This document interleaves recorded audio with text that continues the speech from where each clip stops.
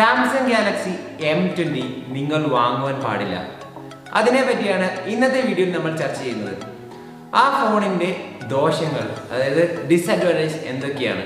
So let's rock and roll to this video.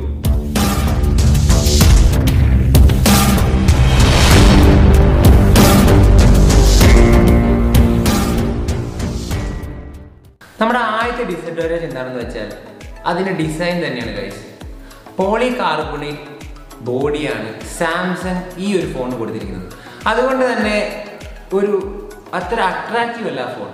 നിങ്ങൾ Samsung Galaxy M20 എടുത്ത് നോക്കി കഴിഞ്ഞാൽ മനസ്സിലാകും, പോളികാർബണേറ്റ് ഡിസ്പ്ലേ അല്ല, ഡിസൈൻ ആയതുകൊണ്ട് തന്നെ അതിനൊരു ഗ്ലേസിംഗ് ഇല്ല. ഇപ്പം നമ്മുടെ Realme 2 Pro, Realme U1, Honor 10 Lite എന്നീ ഫോണുകൾക്കൊക്കെ വളരെ നല്ലൊരു ബോഡി തന്നെയാണ് കമ്പനി കൊടുത്തിരിക്കുന്നത്.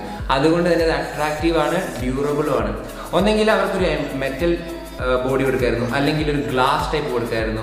സോ അങ്ങനെ അവർക്ക് ഒരുപാട് ഓപ്ഷൻസ് ഉണ്ടായിരുന്നു. പക്ഷേ ഇതൊരു ചീപ്പ് ലുക്കിംഗ് ഫോൺ പോലെ ആയെന്നാണ് എനിക്ക് തോന്നുന്നത്.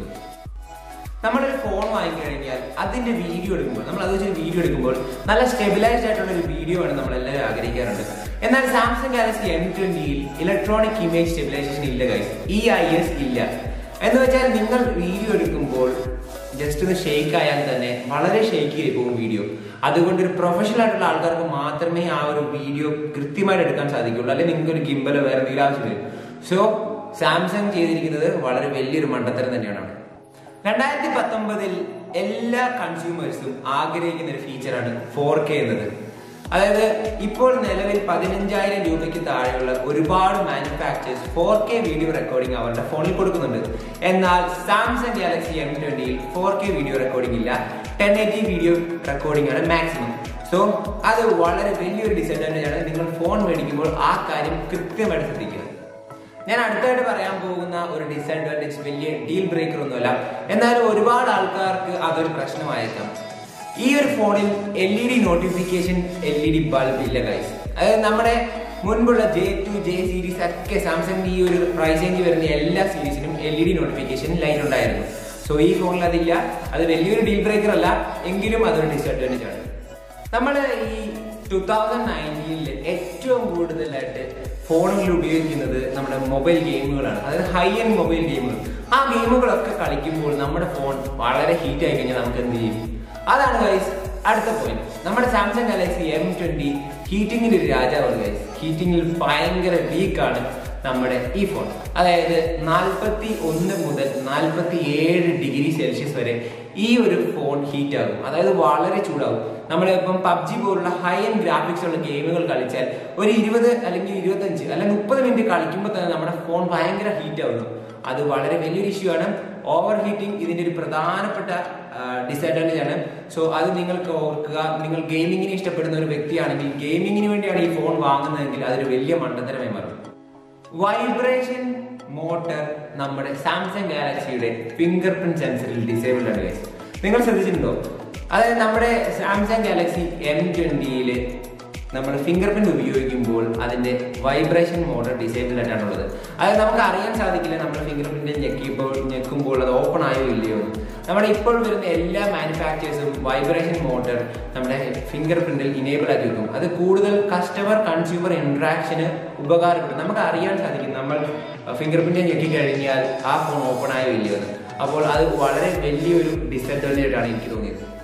നമ്മുടെ ഇന്നത്തെ കാലത്ത് നമ്മുടെ ഫോണിലെ സെക്യൂരിറ്റി ഫീച്ചേഴ്സ് ഒക്കെ വളരെ മികച്ചതായിക്കൊണ്ടിരിക്കുകയാണ് ഗൈസ്. അതായത് നമ്മൾ ആദ്യം പണ്ട് പാറ്റേൺ മാത്രമേ ഉണ്ടായിരുന്നുള്ളൂ. പാറ്റേൺ കഴിഞ്ഞ് ഫിംഗർ പ്രിന്റ് വന്നു, ഫിംഗർ പ്രിന്റ് വന്നു കഴിഞ്ഞ് ഫേസ് അൺലോക്ക് വന്നു. അതെ ഗൈസ്, ഫേസ് അൺലോക്ക് ആണ് M20ന്റെ പ്രശ്നം. അതായത് M20യിൽ ഒരു വളരെ ഡീസൻ്റ് ആയിട്ടുള്ള ഒരു ഫേസ് അൺലോക്ക് സിസ്റ്റം തന്നെ സാംസങ് കൊടുത്തിട്ടുണ്ട്.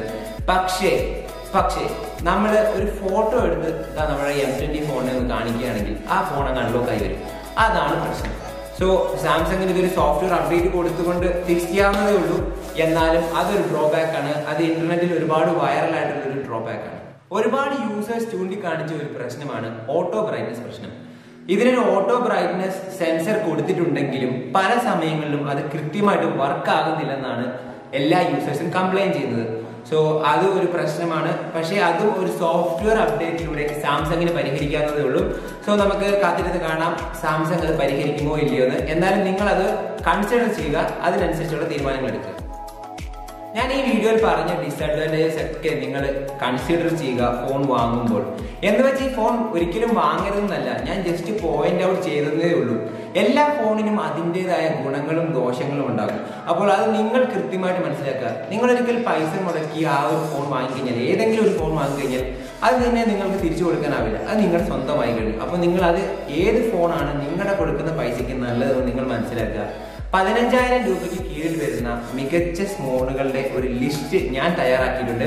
അതൊരു വീഡിയോ ആക്കിയിട്ടുണ്ട്. അതിവിടെ മുകളിൽ വരുന്ന കാർഡ് സെക്ഷനിൽ ക്ലിക്ക് ചെയ്തുകൊണ്ട് നിങ്ങൾക്ക് കാണാവുന്നതാണ്.